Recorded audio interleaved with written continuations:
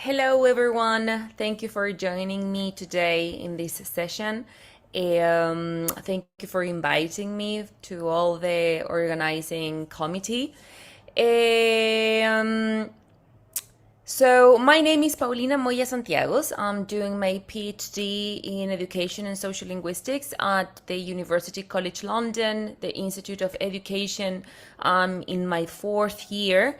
So I'm going to present just a brush of what's going on with my findings and regarding my study that has to do with critical pedagogy and school politicization. And I will give you some insights and preliminary interpretations of two Chilean public schools. Okay. So before starting, I'd like to give you a summary of my presentation in order to contextualize the information that I will show you, and because it explains a bit the pictures, extracts from interviews that I will analyze with you in this presentation. So this contribution provides a summary of initial insights obtained from a research endeavor exploring factors contributing to politicization and social commitment among Chilean public school students, and also investigating the potential connection or link to teacher pedagogy. So the data corpus for this study was gathered through semi-structured interviews with 12th graders in public schools, their teachers, head teachers, as well as classroom observations and visual materials such as school murals, classroom posters, and canvases. So drawing upon a multimodal ethnographic approach, informed by sociocultural theory, this study critically analyzes the ways in which two public schools, one located in the capital city in Santiago, I will show you a map after this, and the other in a small town in a neglected area in the south of Chile. So we are going to talk about how these schools, different in many ways, have resisted national injustice and seek social justice.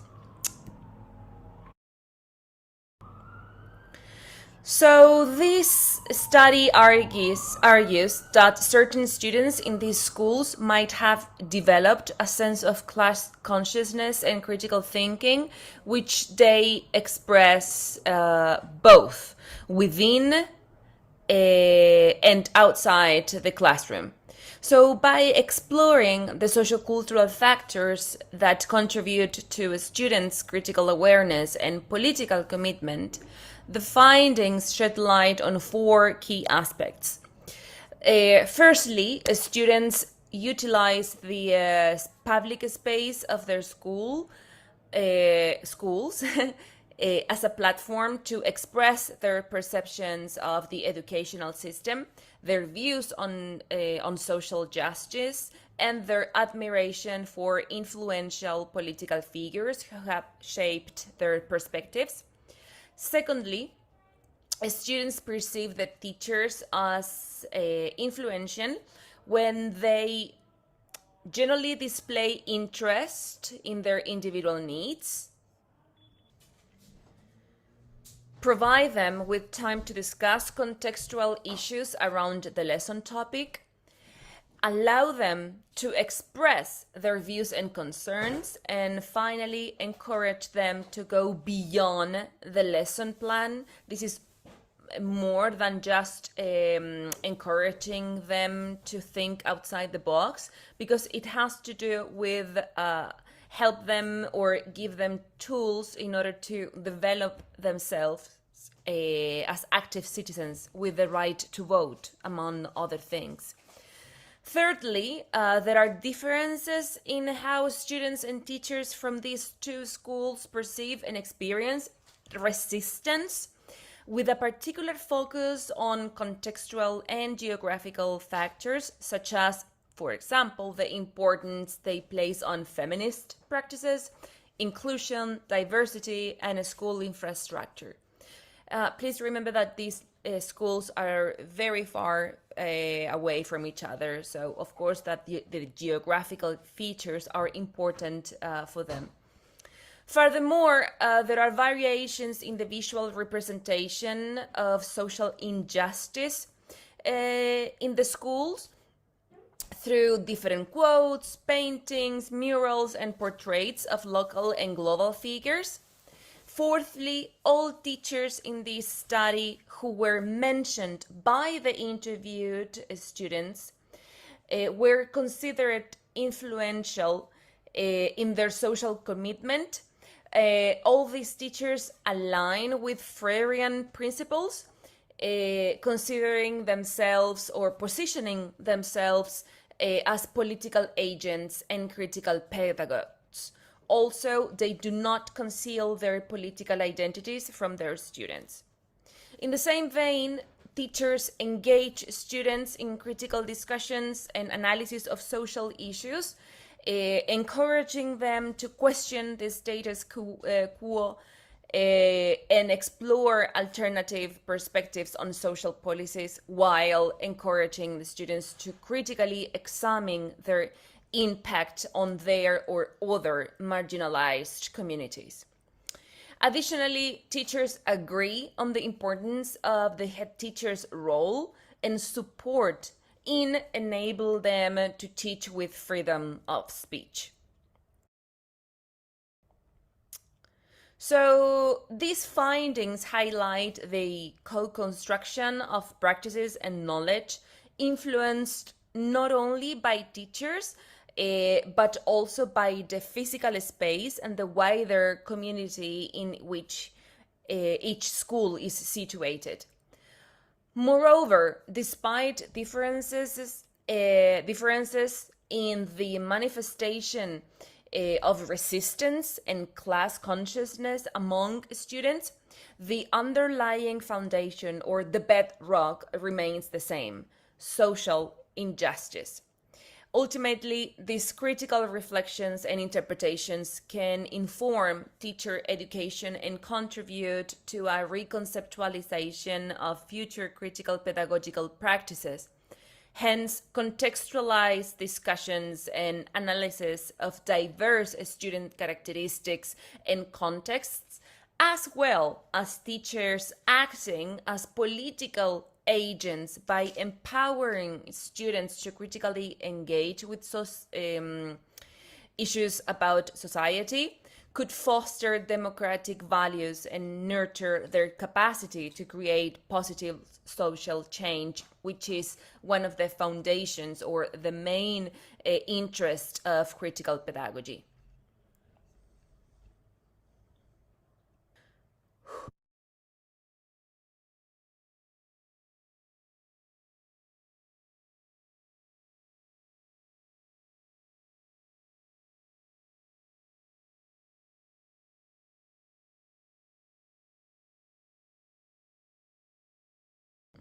So, as I said, there were two research sites involved in this study. The first one here in Santiago, the capital city, and the other here in the south in Lota. That's the name of the community.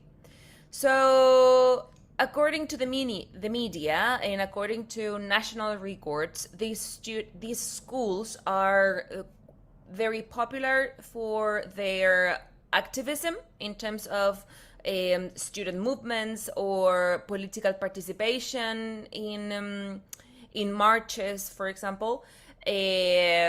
However, these institutions do not have a record of high academic performance.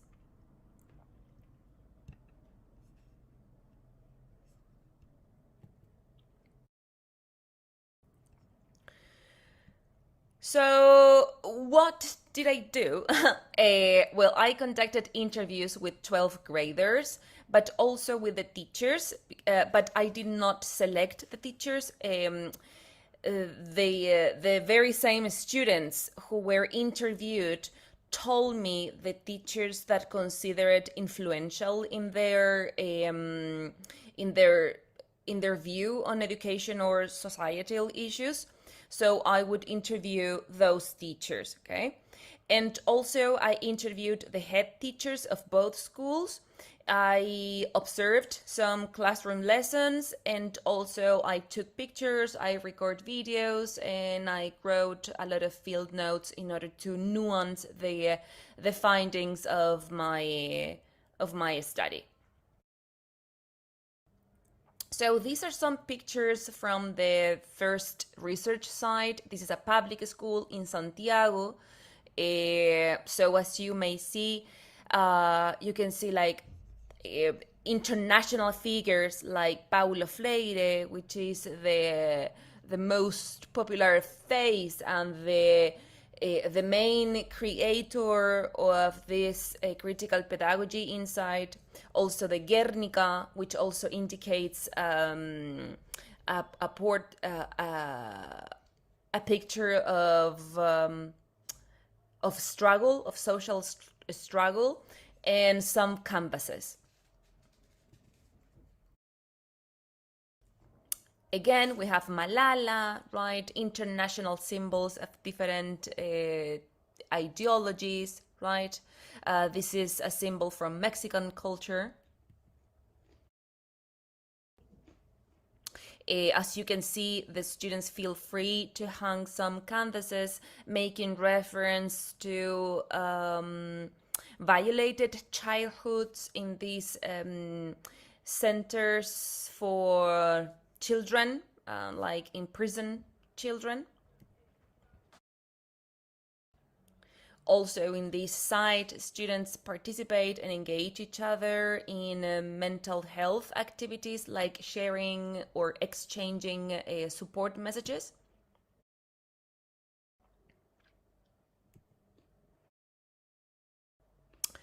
So now the research site 2 is located in a neglected area in the southernmost part of Chile. This is in Lota. So as you can see, it's very small, a bit polluted. This is the school. Okay, I just named the school Liceo BBB. Liceo in Spanish or in Chile means public school. So the first thing that you see in this school is a sign which reads, "Here we educate for peace." And why? Because in this community in Lota, there's a lot of struggle, and it is associated with narco gangs. So it's easy or very common to see students fighting with guns or a lot of social unrest in that area. These are the surroundings.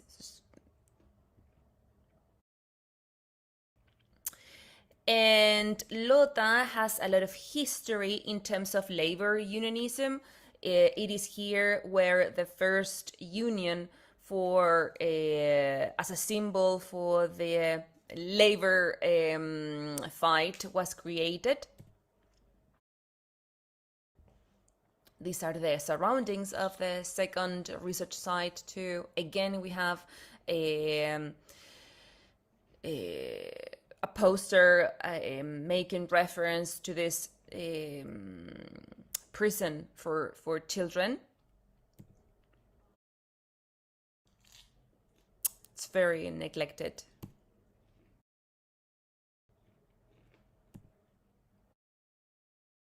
This is the school. They are voting to elect the Central Committee of Students. This is inside the school, so we can see local figures in comparison to the other school, which they portray international and predominant figures. In this school, they are centered more on local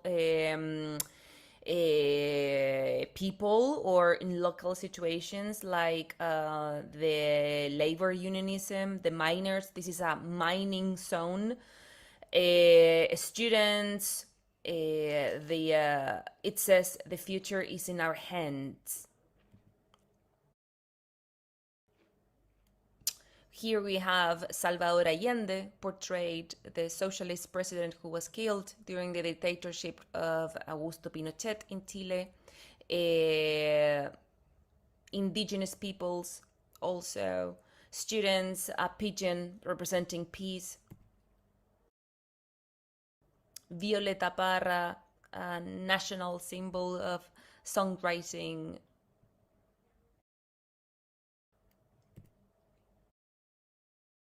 Okay, so in order to finish my presentation, I like to show you very briefly these quotes from conversations with teachers from both sides. I will not read them, so you can pause the presentation and read the whole extracts. But the important thing is that teachers see the school as a physical space for contesting. So what is interesting is that what teachers in Santiago, the capital city, contest has to do with national public policies in terms of, I don't know, salaries, or in terms of feminist practices or students' diversity. However, what teachers contest in the second research site in the south has to do with infrastructure, because they have a lot of leaks in their classroom. They don't have computers, they don't even have internet. They also contest the system in the way that they want to avoid students to desert the school, because many students leave the school to work, I don't know, because they don't have enough money in the families to afford the expenses, so they find the need to provide, right?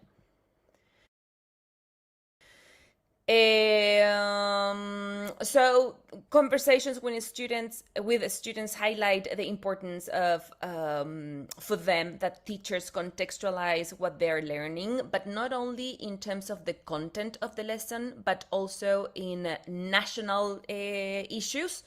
I don't know, some pieces of news that they would read on the newspaper, or something that would appear in the morning shows. So they value the importance that teachers place on those things, and that students feel comfortable when they ask the teachers about some particular topic, and they would give them the opportunity to discuss in the classroom.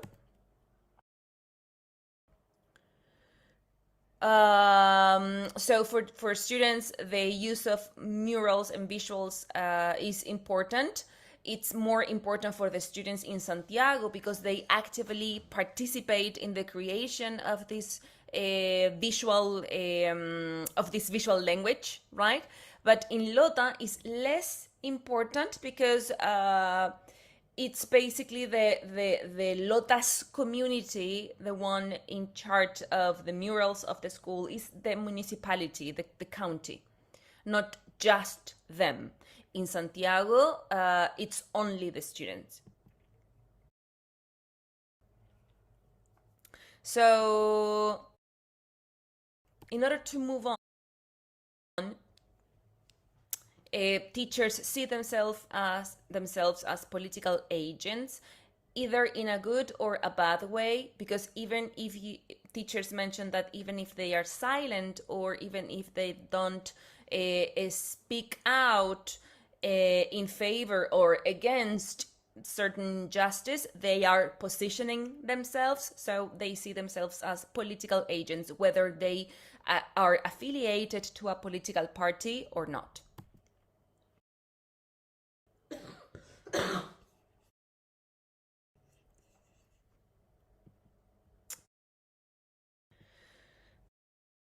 So the preliminary interpretations are the findings that we discussed. at the beginning of this presentation. So the important thing is that the school is perceived as a safe space. We can argue that the teacher's role is highly important to shape students' perspectives on social issues or on social, or the view that they have on education. The artistic visual language does not go unnoticed, and definitely it has to do the pedagogy that teachers applied with the social commitment of students, which this does not necessarily have to do with teachers' subscription to a political party, but to the ideology that they have regarding the state, or how education is managed, or how the situation in the country is carried out.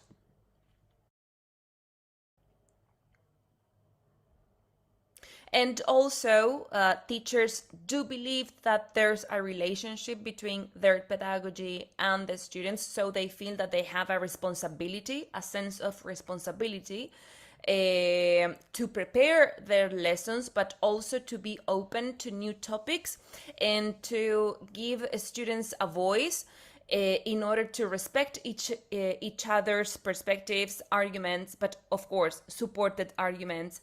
And they feel the need to save time within these lessons, because they know that students will have questions, or that will set some topics that they will have to address, but not by themselves, because they are just mediators, because they allow the students to solve or search for information regarding certain topics.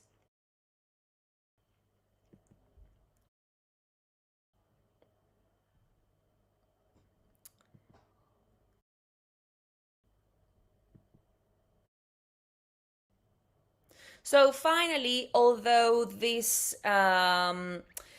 sites resist in different ways, or are interested in discussing different topics, more global, more local, the bedrock remains the same, because we can find it within the foundations of social injustice. So that's why teachers and students align, or they work together in order to democratize the school, and to act accordingly in terms of improve Chilean society, not only in education, but as a whole.